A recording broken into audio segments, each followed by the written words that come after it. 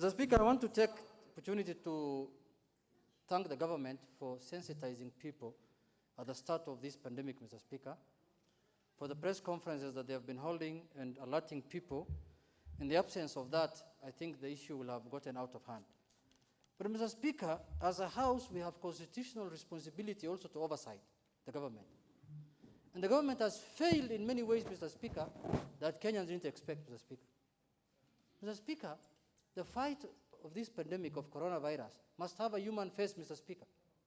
It can't be the government has not suspended the Constitution, neither has Parliament done, Mr. Speaker. I cannot overemphasize, Mr. Speaker, on the issue of police brutality, as has been said by the leaders here, Mr. Speaker. There is no country in the world, Mr. Speaker, that has reported cases of death through police brutality more than Kenya, Mr. Speaker, in the whole world, because this pandemic was an equalizer. It was happening all over the world, all over the globe, Mr. Speaker. Mr. Speaker, our police force cannot behave like goons in uniform, Mr. Speaker. These are people who have been trained properly to protect lives and property of Kenyans, Mr. Speaker. That's why they are, Mr. Speaker, unless they have instructions to do that, Mr. Speaker. Secondly, Mr. Speaker, this government has not done anything that is tangible other than announcing numbers, Mr. Speaker, every 3 o'clock of the day, Mr. Speaker. Mr. Speaker, this is one government that could not afford to give its citizens this thing, what is called, a mask, Mr. Speaker, which is worth 3 shillings, Mr. Speaker. Leave alone food. No, let's say 20 shillings.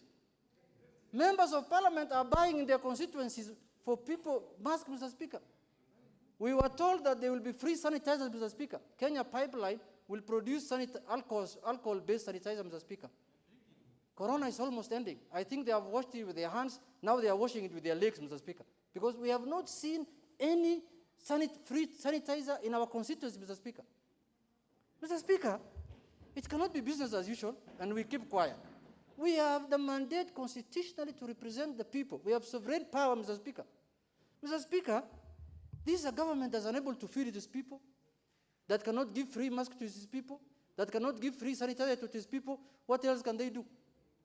Mr. Speaker, we are not going to allow this government to contact trace people who have coronavirus in their homes, force them into quarantine, and expect them to pay for the upkeep, Mr. Speaker. The government must pay for the upkeep of people in quarantine that they have traced through their contact, Mr. Speaker. Mr. Speaker, if somebody has broken the law, you can quarantine him. No, I have not finished. I know you're not happy with what I'm saying today. Mr. Speaker, if somebody has been traced with quarantine, Mr. Speaker, and is quarantined, the government must pay that bill, Mr. Speaker. They have the money.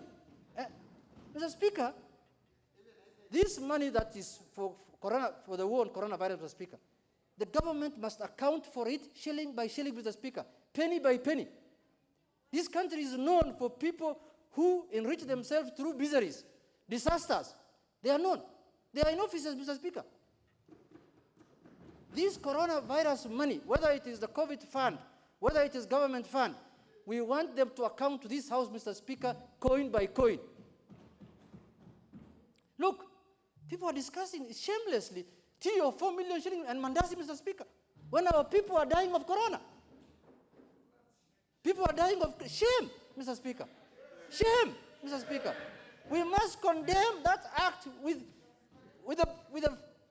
the strongest terms possible, Mr. Speaker, that people can sit in offices and use 4 million shillings to eat tea and mandasi when people are dying of hunger, people are dying for not having masks, people are dying for not having sanitizer, people are dying out of flood, Mr. Speaker. It's very shameful, Mr. Speaker. And you call yourself government. If it was in democracies that have matured, this government will have resigned. Mr. Speaker, we will have had a general election now, Mr. Speaker. Because if you cannot defend your people from floods, you cannot defend your people by buying them masks, Mr. Speaker, you're not worth even the name to be called government, Mr. Speaker.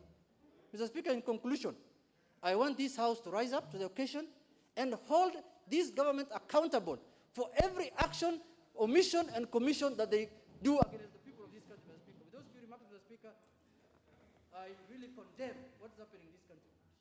And Very well. it's not a check, Mr.